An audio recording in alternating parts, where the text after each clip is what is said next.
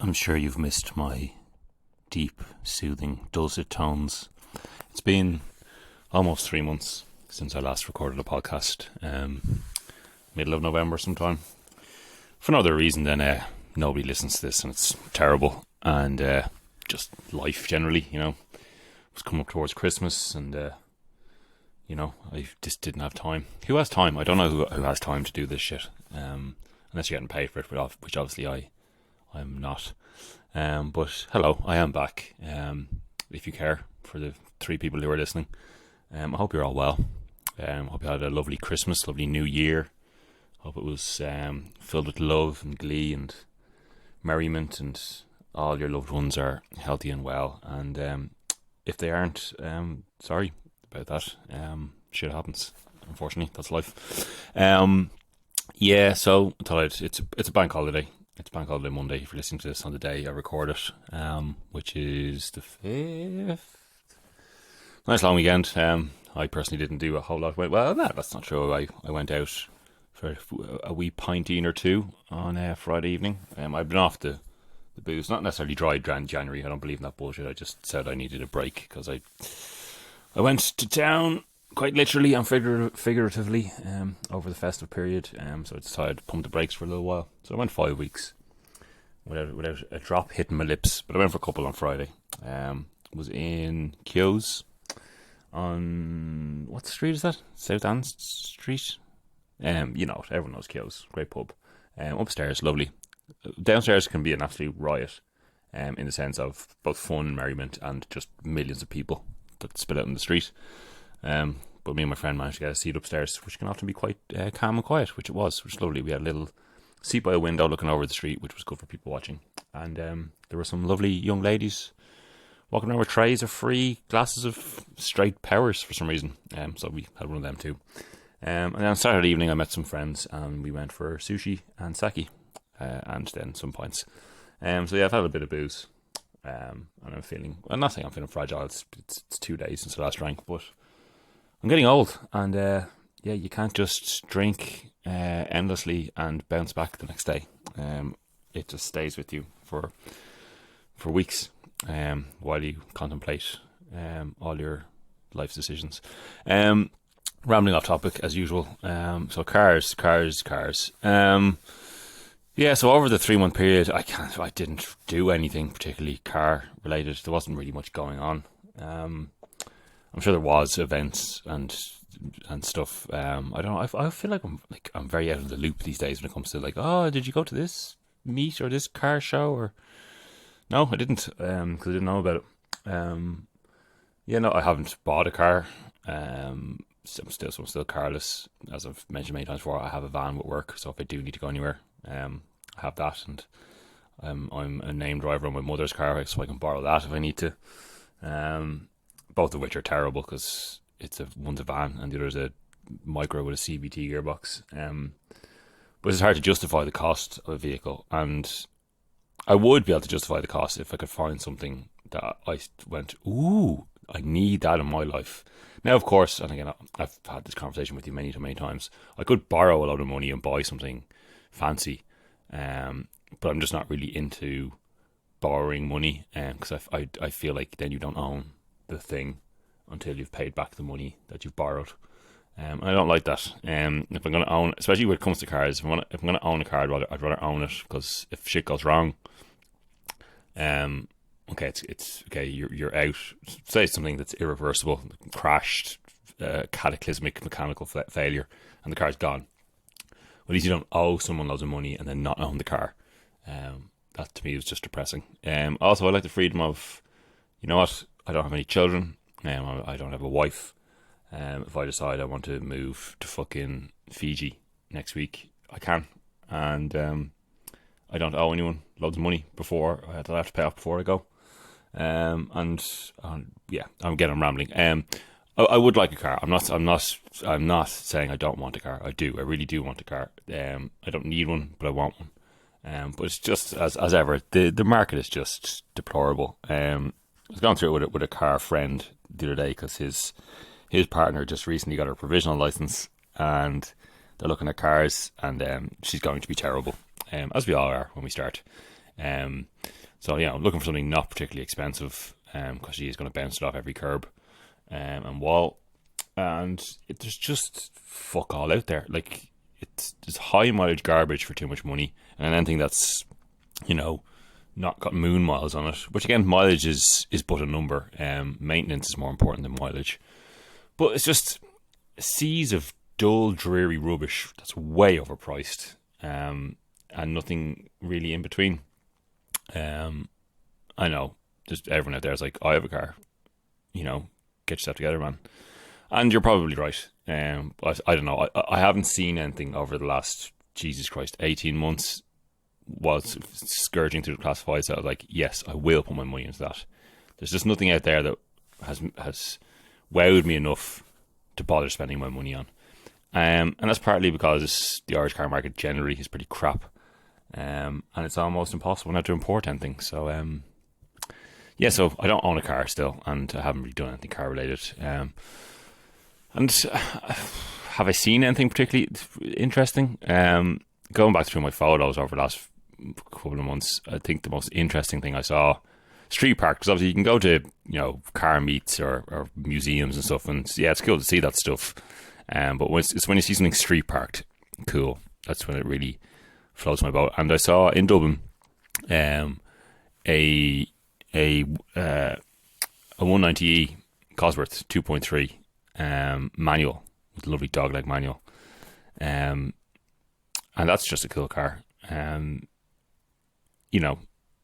People always go on that the M3 is the one to have, but I don't know, I'm a bit, look, obviously the E30 M3 is an amazing car, but I'm going to say this quietly, I do think it's kind of overrated.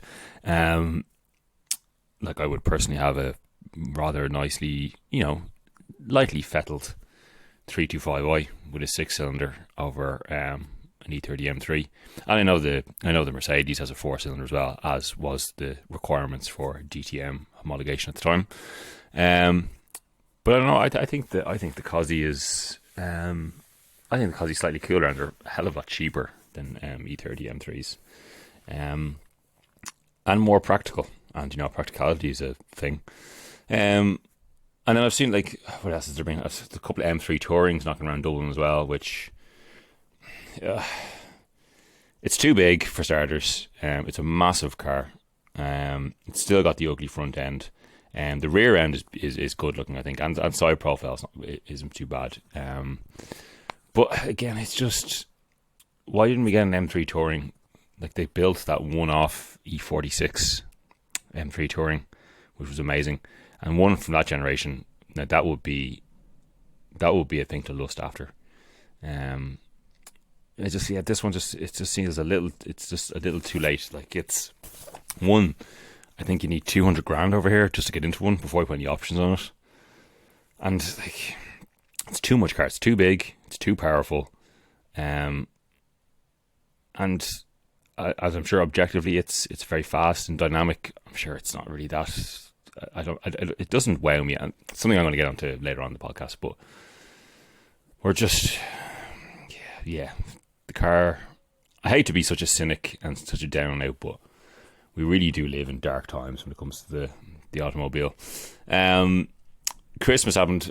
I did get a couple of car related books. I got one called Ferrari from Inside and Out. It's a big giant coffee table book, which is right in front of me here, of Ferrari, mostly Ferrari F1, but Ferrari generally, Ferrari photography. It's a collection of photographs by Ercole Colombo and Rainier. I can never remember how to pronounce his surname, German. Rainier Schlegmilch. Ercole Colombo was kind of the one photographer that Enzo liked and allowed really into the deep sanctums of Ferrari. So there's a lot of, like, very personal photographs of the man himself and within the factory and with the F1 drivers. And then Rainier is he was kind of the photographer in the F1 world from the mid 60s really up until not so long ago, up until the late 2000s, but up until the last decade really. I have a couple of Rainier's books. There's a Ferrari one which is about Ferrari road cars, which it goes from the pretty much from the late 60s up until like 355 era. I think there's 550s in there as well, and there's another one. It's called Grand Prix, which is a collection of his Formula One photos, again from the late 60s up until like 93. I think Senna is still alive. Again, they're two big, massive, giant coffee table books full of lovely photography. I'm actually looking at my bookshelf here now, which is it's completely full. It's 1, 2, 3, 4, 5, 6 levels of shelf. It's 90% car and motorsport books. Not entirely, but mostly. The thing is, I've had it for several years. I can't remember exactly where I bought it. It wasn't an IKEA job. It was somewhere, I think possibly Woody's DIY.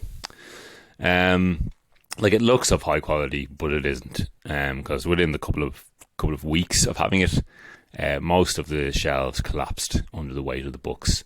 So a lot of the shelves are actually being held up by the books. So those two coffee table books I was talking about, that shelf above it is being held up by those two books, and then the one above that has been held up by the books on that one. So I can't really get any of the books out, which is kind of annoying, because I'd love to reference through them. There's some really old car books in there, because my dad was great for finding secondhand books and bringing them home to me.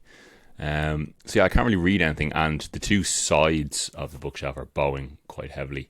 So I'm also kind of terrified that the whole thing's going to collapse in the middle of the night and terrify me. So we do need to sort that out, because I could spend an entire weekend really just going through all car books, which would be an incredible waste of time, but not a waste of time, because escapism and pleasure is important. Where was I going with that? Yeah, all car books. And then the other car book that I got for Christmas was Boring Car Trivia 4 by Sniff Petrol, aka Richard Porter. He of Sniff and Smith and Top Gear and etc. fame. Great. It's actually right in front of me here, and there's something on it, and I'm after trying to rub it off and smearing it off the cover, and it's a white cover. It's only a cheap paperback, which I suppose is not a big deal, but I like my things to be nice. Bit of a debacle to try and get this book, because it is sold through Amazon, but for some reason it wouldn't ship to Ireland. I even contacted him directly. He didn't have a clue as to what was going on, and he couldn't get an answer from Amazon as to why that was. So I got my sister-in-law, who is British, to get it sent to her family home over there, and she was going to be over there over the Christmas period and then pick it up for me and bring it back, which she did. I haven't actually read it yet, because I'm in the middle of 3 other books, as I always am. There it goes. Sorry, I'm knocking my remote control from my television on the floor. Yes, that was the extent of anything that's happening and done. I'm sorry, I've rambled a lot. I've been recording for 12 minutes and said really nothing, and just rambled and been depressing and cynical, because that's just who I am. So I suppose I must. Before I move on to more pressing matters that have happened in the world, I did go to Cars and Coffee in Bray yesterday with my friend who he does have a B7 Audi RS4, which that is a peak performance German estate car. I wish I would most definitely have one of them over a new M3. He's put his RS4 into storage, because he also has a B5.5 Volkswagen Passat estate, but it's a 4Motion, which is cool. It's 4-wheel drive. He's had the car now for 17 years. I remember when he bought it off eBay in the UK, when it was still possible to do such a thing without breaking the bank, with an inheritance he got from his late grandmother. And yeah, he bought it with 90-something thousand miles on it, and it has 230,000 miles on it now. He drove it to the Arctic Circle. He and I drove it around Europe one summer, going to various things, including Le Mans and other fantastic sights and scenes of Europe. But it's been parked up since he bought the Audi, essentially, which was, must be nearly 5 years ago now, which is mad to say out loud. No, would it be 5 years ago? Did he buy it just before the pandemic? He might have bought it in January 2020, just before lockdown. I can't quite exactly remember, because if it was 2019, that means it'll be 5 years this January, February, which is mad to say out loud. So I'm going to say it was 2020, just to make myself feel less old. So he's put the Audi in storage and he's taken the Passat back out. He's done a few things to it. It had coilovers on it, which was the style at the time. When you're in your late 20s, not a Volkswagen product. But now it's getting older. Realised it looked great. To be fair, it's not that right because he's got it's what we call OEM plus. He had it's all Volkswagen parts. Even has the W8 exhaust pipes on it because you can do that with the 4Motion because it has a rear diff and the tailpipes are split. Where was I going with that? Yeah, so he put some nice Bilstein shocks on it and some lowering springs, so it rides much better, but it is riding slightly higher than it once was. And he's gave it a service and stuff like that, but it does need a few bits and bobs. The clutch pedal isn't quite returning properly, and there's a lot of body rust. And it just generally needs a bit of TLC, but it's a great car. I've known it for as long as he's had it, and I've shared a lot of time. I've taken loans of it several times and used it. So we drove around Europe and stuff. It's one of those cars that to some people it's just a Passat estate, but it's a lot more than that. It being a 4Motion for starters, but it's more to that to us. Yeah, he's one of my best car mates, and we've had a lot of car-related adventures in it, and that's really what it's all about. I find that Passat estate cooler than a new M3 Touring, to go back to that. Anyway, me and him went out to Cars and Coffee. I went out in my van because I met him out there, and he came out in the Passat. Cars and Coffee Bray, the largest turnout I've seen at one of those. I don't frequent them as much because it generally tends to be the same stuff that's there all the time. But I got there for about 10 o'clock and there was already quite a good few people there, and there was a constant stream of people coming in, and even I left at about 11:30ish, 11:45 maybe. There was still people coming in, which was just causing traffic jams getting in and out. Some really interesting stuff there, which I'll get to in a moment. Now, I'd hazard to say 75% of the stuff there was relatively new German stuff, i.e. M cars, AMGs, Golf 4s, Golf GTIs, well, not GTIs, but GTDs, all driven by people who vape and think when they are rolling through that they should knock it into neutral and bang it off the limiter, because, knuckle dragging and appealing to the lowest common denominator. Look, each to their own. That's not why I go to car shows, and it's not what appeals to me. It's interesting, those folk, when I was of a younger age, those folk would have driven Japanese cars and modified those, and they were the cars that were driven by people who were, I suppose you would say, how do I say this politically correct? They could be undesirable folk. But those people seem to have veered towards German stuff of late. Because I think it's very easy to tune up small capacity, highly turbocharged, Golfs and Mercedes, and and you were able to get AMG stuff and M-powered stuff relatively on cheap finance. Anyway, there was some lovely stuff there. A lovely Lancia Fulvia, a Daewoo Aspiro, is that correct? Now, on a left-hand drive on German plates, but absolutely immaculate. A lovely Mark II Austin Mini, had a roof rack on it with a spare wheel. That was very cool. There was a brand new 241 reg 992 911 Dakar. Money. There's still money in the country. And there's also a pretty new, I think it was a 232 plate 911 Sport Classic. So that's the essentially a Turbo S, but a Turbo S that's rear wheel drive only and with a manual gearbox. Not both of which were not quite in spec, so I would have spec'd them in, but whatever, each to their own. What other good stuff was there? Nice Hillman Imp. I'm sure there was a Sierra Cosworth Sapphire 4x4. amongst other things. They're all up on my Instagram there, anything of note. Yeah, that's probably the only car-related event I really partook in. I'm sorry, again, nothing has changed of the quality of this podcast. I just decided I'd do one because it's been a while, and it's a bank holiday. I'm going to have to move on to Formula 1, because obviously the biggest thing that's really happened of late is the announcement that Lewis Hamilton will be joining Ferrari in 2025, which, as a diehard member of the Tifosi, I'm somewhat conflicted about, because I'm just not a Lewis Hamilton fan. Again, you're going to have to tread light with this, because people like to... we won't get into politics, but it's just, I find Lewis a bit dull as a personality, which, is part of the entertainment of what following the sport.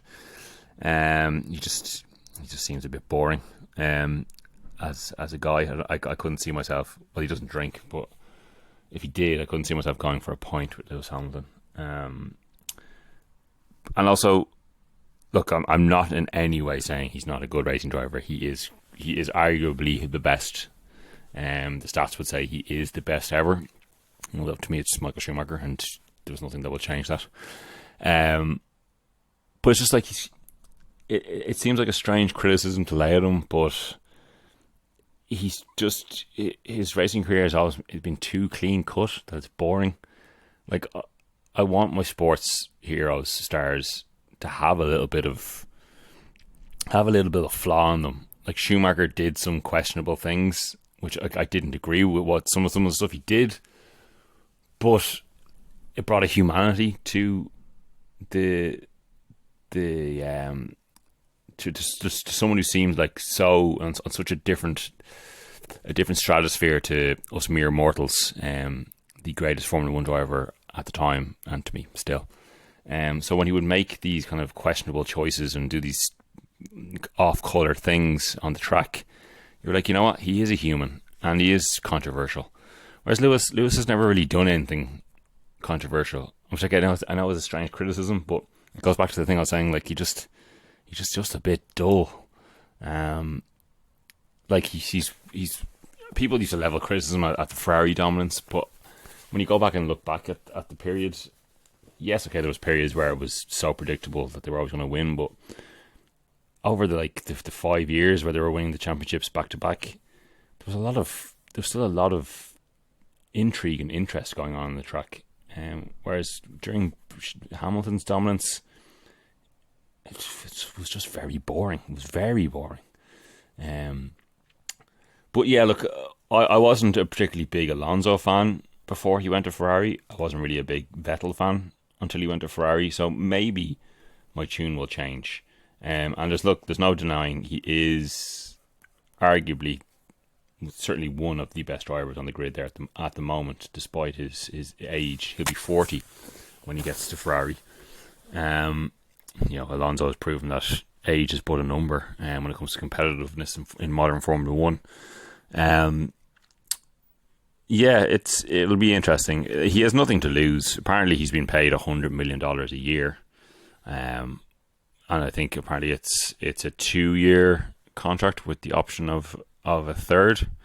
So we'll see. He has nothing to lose. I think he's just kind of fed up with Mercedes. I don't think he sees them getting back to where they once were. They've lost a lot of key personnel, engineer-wise, aerodynamicists, etc.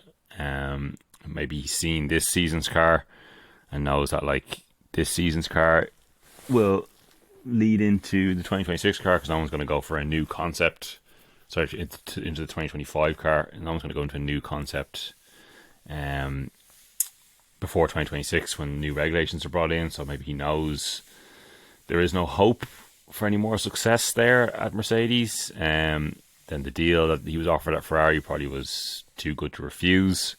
And maybe he also knows what they have up their sleeve for the new regulations 2026. It is well believed that they are quite ahead of the game when it comes to development of the engine, which is quite similar to the current layout, but it is a brand new. There is a complete change.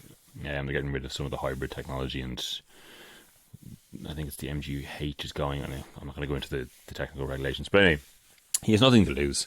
If he goes there and succeeds, it'll be the cherry on the top of the cake that has been his very, very, very successful career. If it doesn't work out, it's not going to change anything. Look, if he wins, it'll be something to shout about, because I think he would be the first person in modern. When I say modern, I'm going to say from like the late 70s onwards, in modern Formula One to have won the World Championship with 3 different manufacturers. I don't think anyone else has won. Like Fangio won 5 constructors, and he won with Ferrari, Maserati, Mercedes, and who am I missing there? He won with Alfa Romeo. He won 4 different teams, but like he won some of those seasons that he won a championship. He was actually driving 2 different cars. I think possibly 3 different cars at one point. It was a completely different game back then. So I'm talking about now in this modern era where you race with a team for several seasons and you don't chop and change. If you do chop and change, like obviously it has happened mid-season, you're probably not fighting for a championship. If someone was to win the Drivers' World Championship in the current modern era of Formula One with 2 different teams, would be the greatest achievement I think anyone would manage, because it meant they were managing to win with a car that probably either was the best car on the grid, and then they moved to a team that didn't have the best car on the grid and then continued to win the championship, or vice versa. They weren't in the best car, were winning, and then moved to get the best car. And anyway, you know what I'm trying to say. Long-winded, waffling as usual. If he wins with Ferrari, he'll have won with McLaren, Mercedes, and Ferrari. Every racing driver, as is the kind of trope, wants to race for Ferrari and wants to win with Ferrari. And if he manages it, it'll be amazing. But as I said, if he doesn't, it won't really make a big deal to his career. Bit harsh for Sainz. Sainz being the only driver with Ferrari last season to win a race outside of Red Bull. But you know, Ferrari couldn't turn down the opportunity to sign up Lewis, and you get the impression with Carlos, he's a good racing driver, but I don't think he's one of the greats. It would take a lot of things to come together for Carlos to have a run at a championship. You'd have to imagine Ferrari would have to have the best car. Let's take next season, for example. Ferrari would have to have the best car on the grid, which would be great, but we'd be surprised if Red Bull don't turn up and dominate next season again. But for argument's sake, let's say Ferrari turn up with the best car. He could do it, but it would also take, I think, a lot to go wrong for Charles not to pip him to the championship if Ferrari have the best car. Which again goes back to the Lewis thing. Charles has signed up with Ferrari on a long-term deal. They haven't given an exact number of years, but they did say it was a multi-year contract. So Charles and Lewis will be interesting, because Lewis will be coming into Charles's team. Charles has been there since 2019, 2019. Fucking years all over the shop.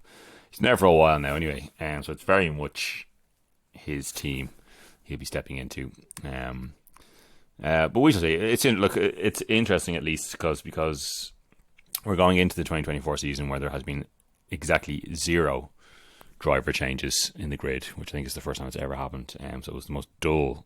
It was not a particularly exciting season, with a very dull, silly season, as we call it, when driver changes can happen and are rumoured, where nothing changed. So this Lewis's move is going to kick off an interesting silly season for 2025, because one, who fills in for Lewis? Carlos could go straight there, but I don't see it happening. Alex Albon will be a good fit. James Vowles, who was chief strategist at Mercedes before he became team principal at Williams. So there's a connection there. Williams are sort of the Mercedes B team at the moment. well, maybe you could say Aston are, but there's a strong connection between Mercedes and Williams.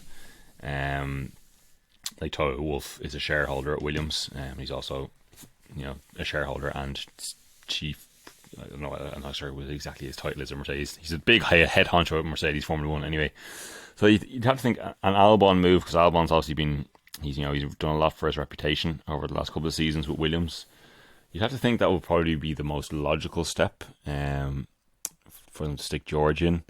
You'd have to assume they'd have to get on the phone to Alonso, and Alonso would certainly have to contemplate it. Because as competitive as he still is, and I did say, age is but a number, you can't help but feel whatever move Fernando makes next, if he makes another move somewhere, it will most certainly be his last in Formula One. And a move to Mercedes might be his only chance left to possibly get any success. Whether Mercedes have more championships than them is another thing, but at least it's a front-running car, a properly front-running car. Just to see him get a couple of wins even. So there's that. But then also, interviews with Toto after the news broke. It's not impossible that they're going to put in their young junior driver, Kimi Antonelli, who did he win the F3 championship last year? I should probably double check that. He's a Mercedes junior, and he's going into F2 this season. He is highly tipped. Now he's only 17. He'll be 18 in August, so by the time the 2025 season rolled around, he'd be 18, which is pretty young, even though, we had a certain Max Verstappen did step into Formula One at the age of 16. So again, age is but a number these days. They start so young and it's so professional. He probably could step into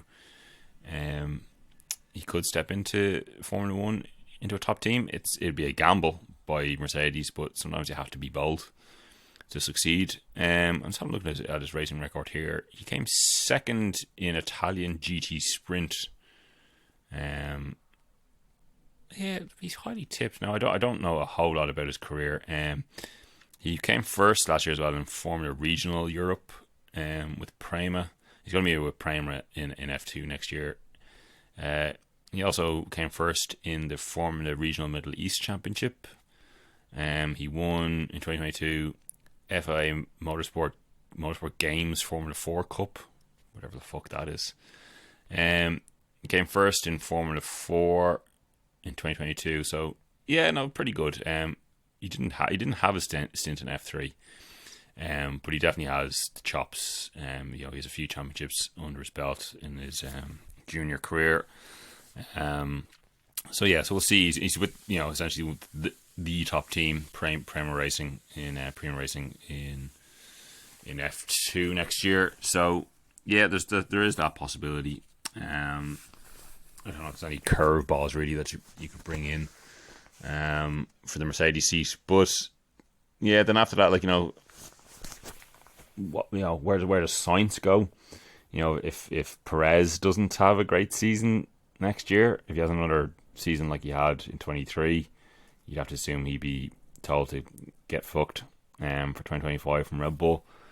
Sainz could swing in there. He did start his career as a Red Bull junior. His Formula One career started with what was called Toro Rosso, which we did know as AlphaTauri. We're going to be under another name. We'll talk about it in a moment. And his father is also a Red Bull sponsored driver, Carlos Sainz Sr., who won the Dakar, which I should probably talk about as well, but I'm already at 33 minutes and I've talked absolute bollocks. But the only problem there is who really wants to be Max Verstappen's teammate? Obviously, if you get offered the best car on the grid, you can't really say no. And he wasn't a million miles off the pace of Max when they were teammates at Toro Rosso. Also now, Max was younger than Sainz was. They both came in as rookies. But Max certainly was the faster of the two by the time he left Toro Rosso to go to Red Bull. And history has shown where that's gone. So is that, but the only thing is, well, like Sainz Senior and Jos Verstappen are, it's quite well known that the two of them don't particularly get along with each other. So I'm not too sure how that would. And there's also a lot of rumours that although Sainz Senior is sponsored by Red Bull, he did also compete in the Dakar with Audi, so he has a strong relationship with Audi. And Sauber, which again are going to be called something different this season, the Sauber team, who've dropped the Alfa Romeo moniker, are slowly turning into the Audi Works team. They'll become the full Audi Works team in 2026. So maybe Sainz could go there in 2025, lay a bit of foundations, and be then their driver, the Audi driver, for when they come in with the Works effort. Because he's still, I don't think he's not even 30 yet, is Sainz. So he does have a good few seasons left in him. And then, so there's other musical stars, like, there's a lot. I think there's 14 drivers that contracts are up at the end of the season.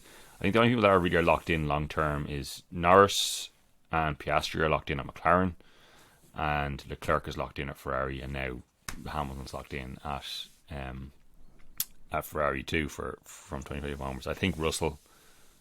Does Russell up? Anyway, there's going to be a lot of merry-go-rounds. It'll be an interesting season for driver changes.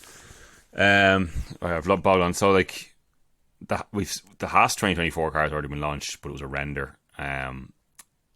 All the launches are a bit nonsense these days because you don't see the real car. But launches are happening, I think, today. So by the time you listen to this, you might have already seen them. But the Sauber are going to be called Stake Sauber F1. Is it Stake or Strike? Stake. I think it's an online gambling outfit, I think, because in countries where gambling advertisement isn't allowed, they're going to be called Kick F1. Such nonsense. But anyway, the Sauber and the Williams are being launched today. Alpine on the 7th, which is Wednesday. RB, which is what was AlphaTauri, is being on the 8th, which is Thursday. So apparently the official name, as I'm sure you've heard, for the new name for AlphaTauri is Visa Cash App RBs, which is just the most dreadful thing I've ever heard. So apparently, like, the team is going to be called RB Racing Bulls, which is nonsense. Because when you hear RB, you just think Red Bull.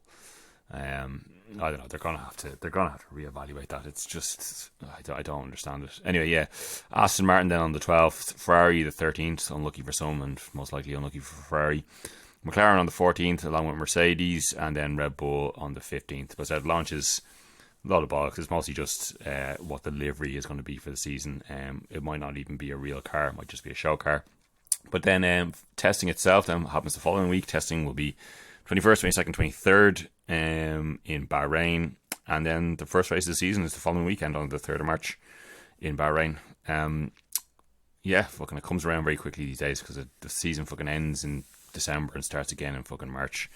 Back in my day, it would end in like October and not start again until like April. And there was no such thing as the internet. Well, there was the internet, but only slightly. You really didn't see anything once the season ended, and then until the season started again, you could go 5-6 months without seeing a Formula 1 car. We'll see. Hopefully it's a slightly more competitive Formula 1 season.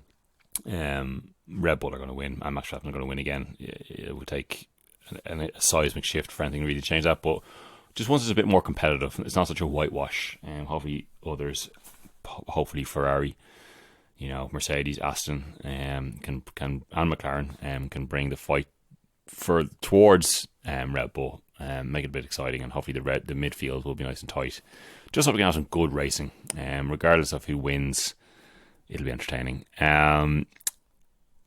I suppose, the only real thing is shocker that I can think off the top of my head is, China will be back for the first time since COVID, which will be a joy for Zhou Guanyu. And the Japanese Grand Prix in Suzuka, which thankfully has been confirmed, I think, until 2028 or 29 inclusive, because there was ramblings that, Osaka were looking to get a street track. Like, Suzuka's an incredible incredible racing circuit, and we need less street tracks and more proper circuits. Because the Spanish Grand Prix from 2026 is going to be in Madrid rather than Barcelona. Barcelona is not a great track. It's a good track to drive. It's just not a great spectacle for racing. But that's moving to a street track in an industrial site in Madrid. So another street track in 2026. But the Japanese Grand Prix is going to be in April. It used to be the final race of the season. Back in my day again, but it's been slowly kind of moved further back in the season calendar, and now it's really been switched for good reason, because as well, like, was it last year? Anyway, it's winter time in Japan, and it's essentially monsoon season in Japan, so it could be quite heavily rain affected. So having it in April might not be such a bad idea. I've rambled on now for 40 minutes, which is way longer than I was intending on, and I've talked absolute bollocks, so I'll start wrapping up. All I was going to say is, like, back to my cynical talk about not owning a car, and cars, we're kind of past the peak car, and, you know, lost all faith. It is true. It's, you know, it'd be nice to be, you know, try and be positive, be glass half full about the thing, but we are past the peak car, and you know, peak car was a while ago. Things have kind of slowly drifted, kind of, I think, since 2006 ish.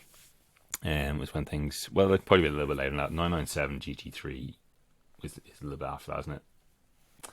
That's probably peak car. And it's just like, I see myself, you know, say for example, one of the most recent car launches of the last week or so was the Polestar 4. Good looking car, a nice thing to live with, I'm sure, but it's just an EV. And I was watching videos about it. I'm just like, do you know what? I don't really care. There's just nothing to get excited about. Like, I know, like, we have decades left of the combustion car. It's not being outlawed. And like, yeah, there is a slight rollback on, you know, the stopping of production of combustion cars, but even combustion cars that they make now themselves, they're few and far between the interesting ones. There will be a massive shift to EVs, although I don't think it's the ultimate answer, and they're just not interesting. I have something written down here that I can't. Oh yeah, frustrated with cars and stuff as well. Like, so it's from 2024. It's mandatory for all new cars to have all of the assist programs, but you can turn them off. You know, lane assist, speed limit warnings.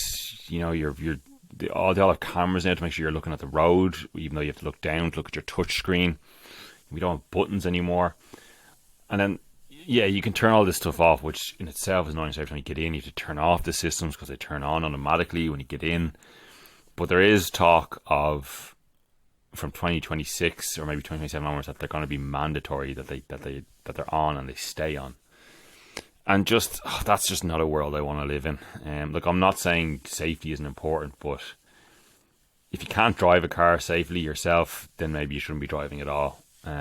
This nanny state intrusive nonsense, which we've seen doesn't work properly, is just a step too far, and it's just another thing in the modern car cycle. You know, the demise, although it's, you know, as I say, it's not happening overnight, but the demise of the combustion engine, which the reason we love the combustion engine, which I know is a polluter, but it's not really that polluting anymore, and also it's not the biggest contributor to pollution in modern society, but it is attacked the most compared to most other things.